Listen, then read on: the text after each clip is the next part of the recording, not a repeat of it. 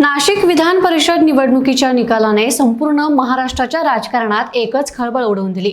महायुतीसाठी हा निकाल अत्यंत धक्कादायक ठरला असून अपक्ष उमेदवार गोकुळ गीते यांनी महायुतीचे शिवसेनेचे अधिकृत उमेदवार नरेंद्र दराडे यांचा दारुण पराभव केला।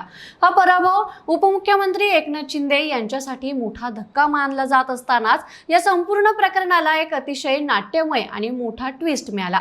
सध्या राजकीय वर्तुळातून येत असलेल्या सर्वात मोठ्या बातमीनुसार महायुतीला पराभूत करणारे अपक्ष आमदार गोकुळ गीते उपमुख्यमंत्री एकनाथ शिंदे यांच्या नेतृत्वाखालील शिवसेनेत जाहीर प्रवेश करण्याची दाट शक्यता निर्माण झाली।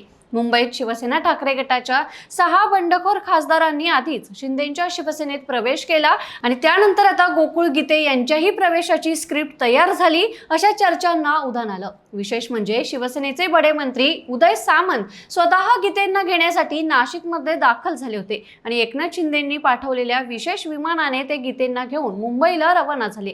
त्यामुळे गोकुळ गीते हे शिंदेंच्या शिवसेनेत प्रवेश करणार का? पडद्यामागे नेमक्या काय हालचाली घडतायत आणि गीतेंच्या प्रवेशाने नाशिकचं राजकारण कसं बदलणार हे सर्व सविस्तर जाणून घेण्यासाठी हा व्हिडिओ शेवटपर्यंत नक्की पहा। पण त्याआधी एक आठवण म्हणून तुम्ही जर अजूनही चॅनलला सबस्क्राइब केलं नसेल तर लगेच करा। नमस्कार, मी आरती आणि तुम्ही पाहताय बखर लाईव्ह।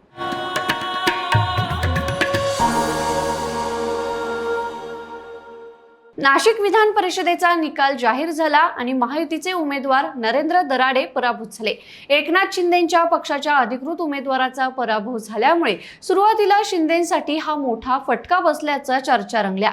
मात्र राजकारणाचे चाणक्य मानले जाणाऱ्या एकनाथ शिंदेंनी पराभवाचं रूपांतर विजयात बदलण्यासाठी अवघ्या काही तासातच चक्र फिरवली।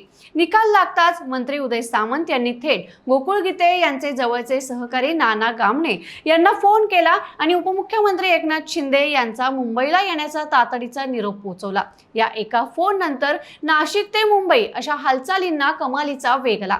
गोकुळ गीते यांनी मुंबईला जाण्याची तयारी सुरू केली आणि काही वेळातच मंत्री उदय सामंत स्वतः नाशिकमध्ये दाखल झाले। या संपूर्ण घडामोडींमध्ये कमालीची गुप्तता पाळण्यात आली। नाशिकमध्ये प्रसार माध्यमांनी जेव्हा उदय सामंत यांना गाठलं तेव्हा त्यांनी गोकुळ गीते यांना मुंबईला बोलवल्याची बातमी केवळ अफवा आहे, यात काहीही तथ्य नाही असं सांगत प्रसार माध्यमांशी दिशाभूल करण्याचा प्रयत्न केला। मात्र कॅमेऱ्यासमोर अफवा म्हणणारे उदय सामंत अवघ्या काही वेळातच स्वतः गोकुळ गीते यांना सोबत घेऊन उपमुख्यमंत्री शिंदेंनी पाठवलेल्या विशेष विमानाने मुंबईसाठी रवाना झाले। यावरूनच स्पष्ट होतं की हा पक्षप्रवेश पूर्णपणे पूर्वनियोजित आणि अत्यंत विचारपूर्वक आखलेला प्लॅन होता। गोकुळ गीते यांच्या या संभाव्य शिवसेना प्रवेशाला त्यांच्या कुटुंबातून आणि राजकीय गॉडफादर कडून ग्रीन सिग्नल मिळाल्याचं स्पष्ट झालं। गोकुळ गीते यांचे बंधू गणेश गीते यांनी गीतेंच्या विजयानंतर माध्यमांशी बोलताना अत्यंत सूचक विधान केलं।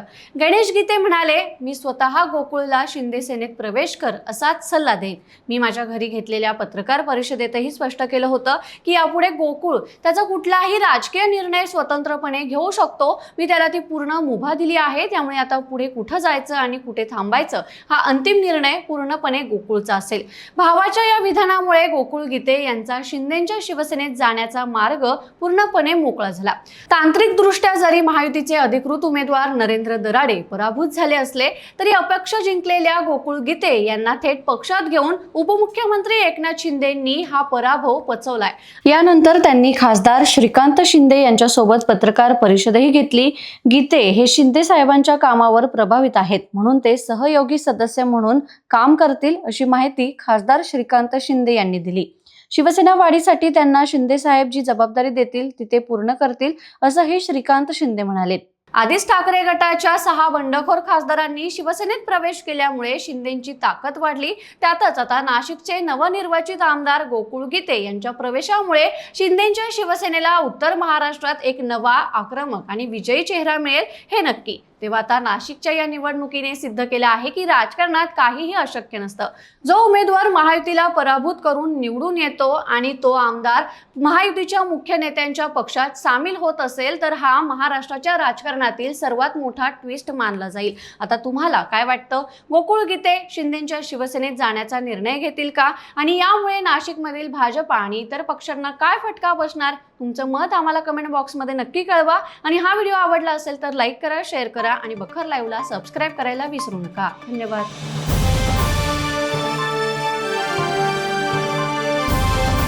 समाजकारण, प्रशासन आणि राजकारणातल्या अचूक विश्लेषणासाठी बखर लाईव्हच्या सोशल मीडिया प्लॅटफॉर्म्सना लाईक, फॉलो आणि सबस्क्राईब करा.